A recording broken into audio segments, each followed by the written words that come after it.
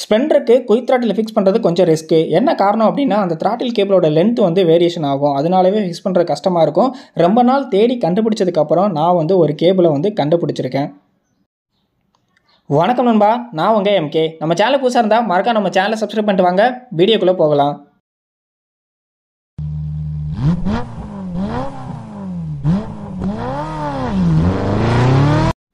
So video ரொம்ப இழுத்து மொக்க போட விரும்பலை, டேரெக்டாக கான்செப்ட்டுக்குள்ளே போயிடலாம். ஸோ வந்து பார்த்தீங்க அப்படின்னா, நான் ஆல்ரெடி வந்து பார்த்தீங்கன்னா கார்பரேட்டர் எல்லாமே ரிமூவ் பண்ணி வச்சுட்டேன். என்ன காரணம் அப்படிங்கிறத பார்த்துடலாம். இது பைக்கில் இருக்கக்கூடிய ஸ்டாக் கேபிள் தான். இதோட கேபிளோட இன்னர் லென்த் வந்து பார்த்தீங்கன்னா இந்த அளவுக்கு இருக்கும். இதே இது நம்ம ஆல்டர் பண்ணக்கூடிய குயிக் த்ராட்டில் வந்து பார்த்தீங்கன்னா இதுதான் குயிக் த்ராட்டில். இதை ஃபிக்ஸ் பண்ணி காட்டுறேன் உங்களுக்கு ஃபைனலாக கேபிளோடைய அவுட்புட் எந்த அளவுக்கு இருக்குது அப்படின்னு சொல்லிட்டு.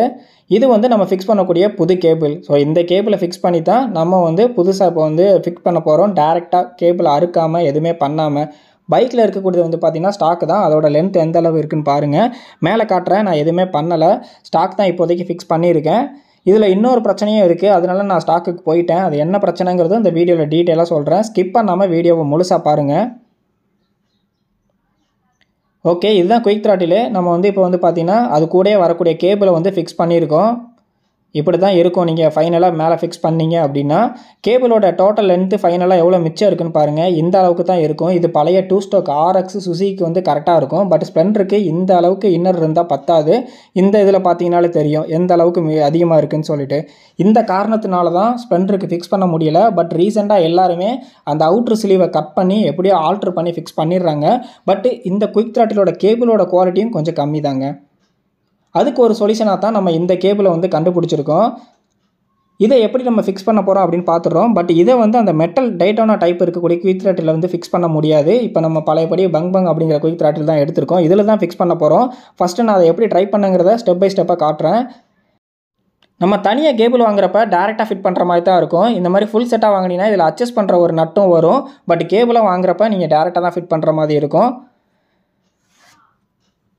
இந்த கேபிளை வாங்குறப்ப அந்த அட்ஜஸ்ட் பண்ணுற நட் இருக்காது. நான் ஃபஸ்ட்டு வந்து கேபிளை வச்சு இந்த மாதிரி பாயிண்டில் நான் மாட்டிக்கிறேன்.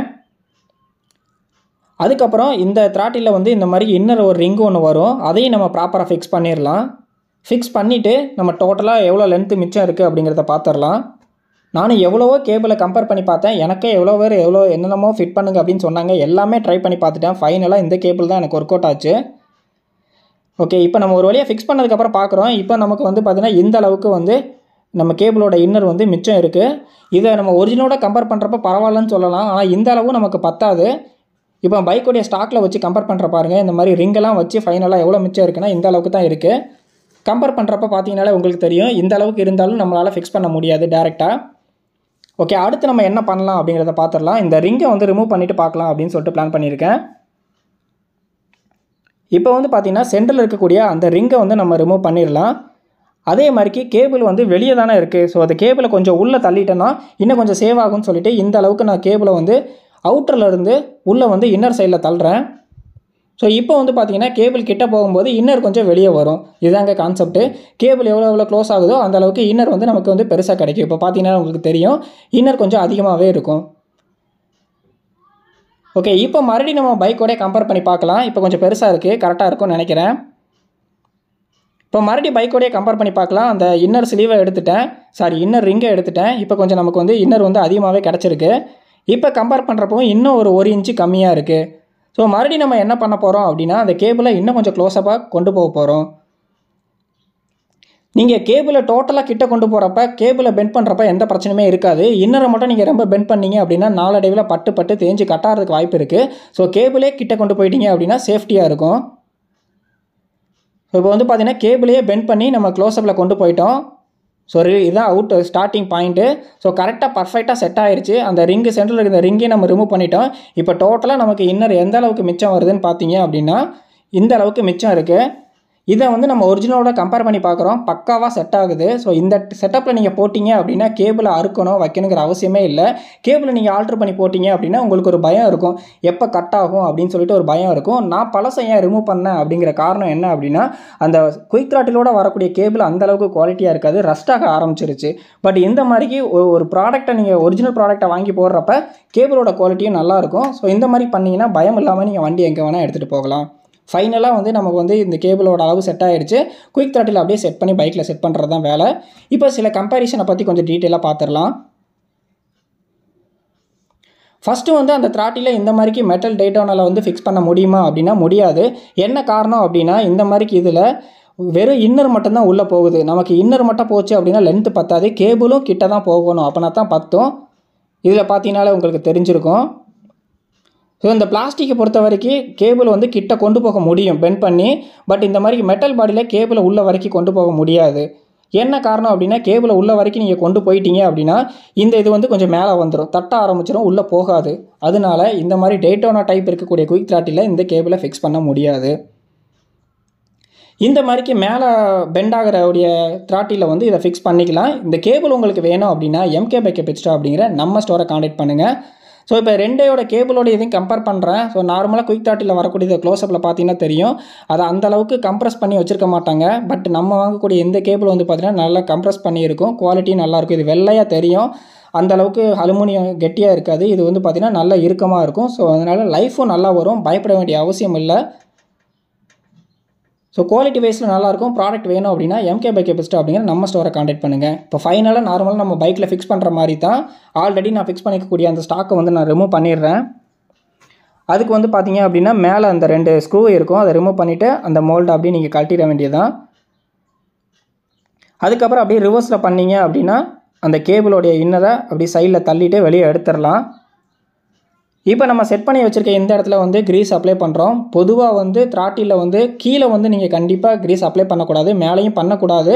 நம்ம இந்த இடத்துல பெண்டு வர்றதுனால க்ரீஸ் அப்ளை பண்ணால் கொஞ்சம் நல்லாயிருக்கும் அப்படிங்கிறனால பண்ணியிருக்கோம்.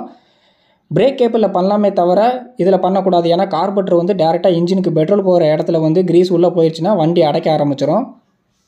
நம்ம மேலே மட்டும்தான் க்ரீஸ் அப்ளை பண்ணுறோம், நீங்கள் தயவு செஞ்சு கீழெல்லாம் அப்ளை பண்ணிடாதீங்க. ஓகே, இப்போ வந்து நம்ம செட் பண்ணி வச்சுக்கக்கூடிய அதை அப்படியே உள்ளே தள்ளிட்டு ஸ்க்ரூ போட்டு டைட் பண்ணிடலாம். அதுக்கப்புறம் அந்த பழைய கேபிள் எங்கெங்கே ட்ராவல் ஆச்சோ அதே மாதிரிக்கு நம்ம வந்து அப்படியே ட்ராவல் பண்ணி கொண்டு போய் விட்டுடலாம். கீழே ஃபிக்ஸ் பண்ணுறது எப்படின்னு பார்த்துடலாம். கார்பரேட்டருக்கு மேலே ஹெட் ஸ்க்ரூன்னு ஒன்று இருக்கும், அதுக்குள்ளே வந்து ஃபஸ்ட்டு அந்த இன்னர் அப்படியே உள்ளே விட்டுறலாம். ரொம்ப நாள் வெயிட் பண்ணிகிட்டு இருந்தேன், கரெக்டாக செட் ஆகிற மாதிரி ஒரு த்ராட்டில் கேபிள் கிடைக்கணும்னு சொல்லிட்டு நான் ஒரு பெரிய ஷாப்புக்குள்ளே போய் நானாக மெஷர்மெண்ட் பண்ணி இந்த கேபிளை நான் தான் எடுத்தேன். ஸோ இந்த கேபிள் வேணும் அப்படின்னா நீங்கள் MK by PITSTOP அப்படிங்கிற நம்ம ஸ்டோரை காண்டாக்ட் பண்ணுங்கள். டேரெக்டாக ஸ்ப்ளெண்டருக்கு ஃபிக்ஸ் பண்ணிக்கலாம்.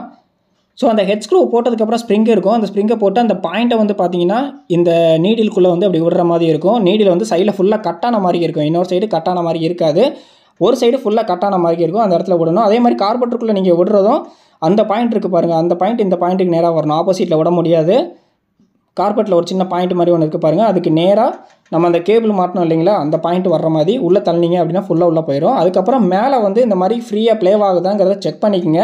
சப்போஸ் லூஸாவோ டைட்டாவோ இருந்துச்சுன்னா நீங்கள் கரெக்டாக ஃபிட் பண்ணலான்னு அர்த்தம்.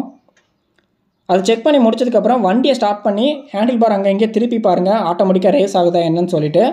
நம்ம எல்லாமே செக் பண்ணிட்டோம், ஃபைனலாக எல்லாமே முடிஞ்சுது. ஸோ லுக்கு ரொம்பவே நல்லாயிருக்கு. இந்த கேபிள் வந்து பார்த்தீங்க அப்படின்னா இப்படி கிராஸாக ட்ராவல் ஆகும். எல்லாருமே இந்த சுவிட்ச் என்னென்னு கேட்டிருக்காங்க, அது டம்மியாக தான் இருக்குது. ரேசிங் பைக்குக்கு ஏதாச்சும் ஒரு ஆல்ட்ருக்காக யூஸ் ஆகும், நம்ம டம்மியாக தான் வச்சுருக்கோம். இந்த கேபிள் இப்படி கிராஸாக ட்ராவல் ஆகும். நார்மல் வந்து பார்த்தீங்கன்னா இப்படி ஸ்ட்ரெயிட்டாக போகும், குயிக் த்ராட்டில் எப்போவுமே கிராஸாக தான் ட்ராவல் ஆகும். ஓகே, லெஃப்ட் சைட்லேயே நம்ம பழைய இதை ரிமூவ் பண்ணிவிட்டு இந்த கிரிப்பை நம்ம அப்படியே ஃபிக்ஸ் பண்ணிட்டோம். அடுத்து நம்ம என்ன பண்ணோம் அப்படின்னா குயிக் த்ராட்டில் ரெட் கலரில் இருந்தனால ப்ரோடாப்பர் ஃபார்மும் ரெட் கலருக்கு சேஞ்ச் பண்ணிட்டோம். ரொம்ப நாள் எல்லாருமே கேட்டுட்டு இருந்தீங்க டேரெக்டாக ஃபிட் பண்ணுற மாதிரி ஏதாவது கேபிள் இருக்கான்னு சொல்லிட்டு ஒரு வழியாக அலைஞ்சு தெரிஞ்சு கண்டுபிடிச்சாச்சு. இந்த கேபிள் உங்களுக்கு வேணும் அப்படின்னா MK by PITSTOP அப்படிங்கிற நம்ம ஸ்டோரை காண்டாக்ட் பண்ணி ஆர்டர் ப்ளேஸ் பண்ணி நீங்கள் வாங்கிக்கலாம். இந்த மாதிரி சுவாரஸ்யமான கண்டென்ட் தெரிஞ்சுக்க மறக்காம நம்ம சேனலை சப்ஸ்கிரைப் பண்ணிடுங்க. உங்கள் ஃப்ரெண்ட்ஸ் இந்த மாதிரிக்கு ஸ்ப்ளெண்டரை வந்து குயிக் த்ராட்டில் ஆர்டர் பண்ணணும் இருந்தார் அப்படின்னா அவருக்கு இந்த வீடியோ ஷேர் பண்ணுங்கள். தேங்க்ஸ் ஃபார் வாட்சிங் நண்பா.